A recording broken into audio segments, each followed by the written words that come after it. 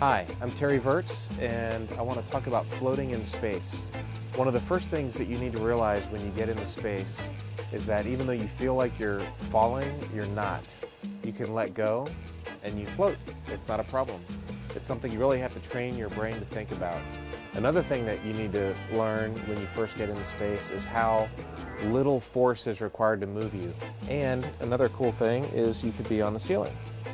It makes it very easy when you're working. You have to get some work done up here, you just go up on the ceiling and get your work done.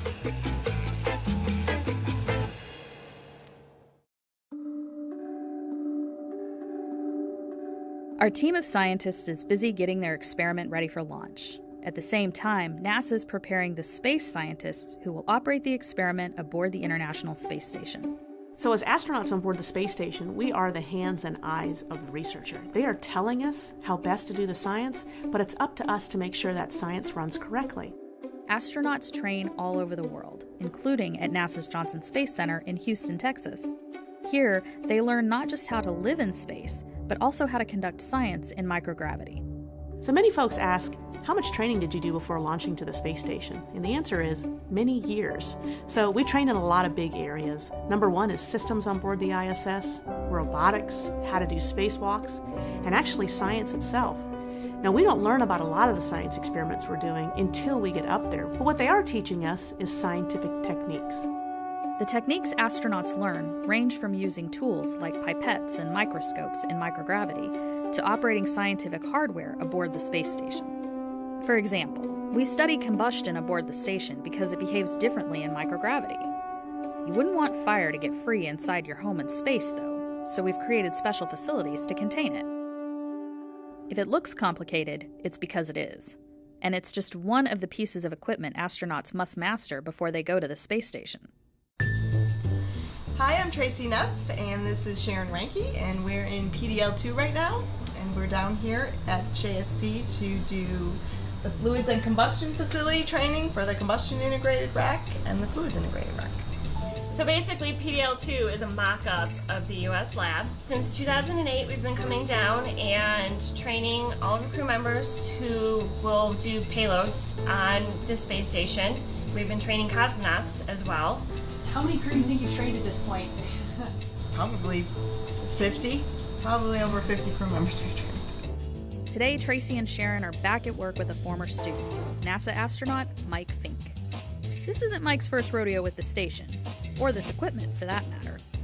So back in 2008 and 2009, we were aboard the International Space Station when a space shuttle, STS-126, Chris Ferguson and crew, dropped off a whole big bunch of packages. And we carefully and slowly put it all together. But when it was all done, we had a brand new, ready, fresh out of the box combustion integration rack. And since then, our friends at Glenn Research Center here at NASA, we've been able to get some fantastic science about how things burn in space. Without gravity, without convection, things burn. And by understanding that better, we were able to make more fuel-efficient engines and things here on planet Earth, helping save our energy. So you can see it in the video. All the hoses are within the ring, and so they all fit in nicely, so they shouldn't interfere with us. Sounds great and looks great. Thank you. Well, a lot had changed in 11 years since he was up there, so he did get most of the information again, and it was a new experiment, so he hadn't seen that either. He did great. He's a quick learner. It's great to work with, very methodical, and good humor, which is always, we like to have fun when we're training. But the lab camera will be showing, we have and the camera. I will be like looking, and I'm gonna go slowly, and that would be your chance to say no. Yes, we are watching you, yes, and help you whenever we can. This isn't the last time Tracy and Sharon will work with Mike. When he launches to the station and works on combustion projects in space, they'll watch over his shoulder through a camera broadcasting to Glenn Research Center in Cleveland, Ohio. Christina, this is Sharon with an answer to your question. So they do want you to go ahead and install the cable tie. Copy all. Thanks for hunting that down for me. Anytime.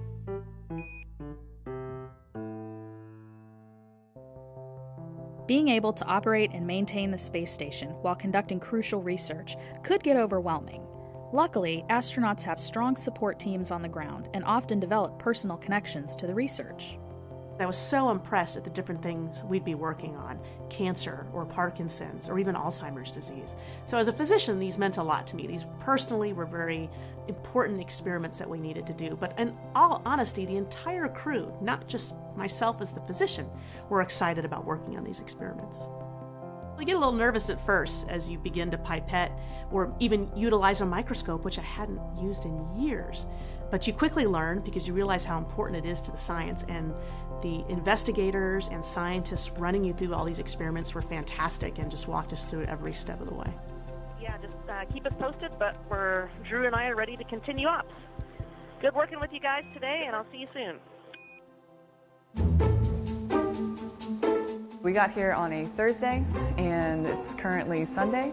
We've been in a big day yesterday filling up these wells with gel solution and getting ready for handover at 7:30 a.m. on Monday, ahead of launch on Tuesday afternoon.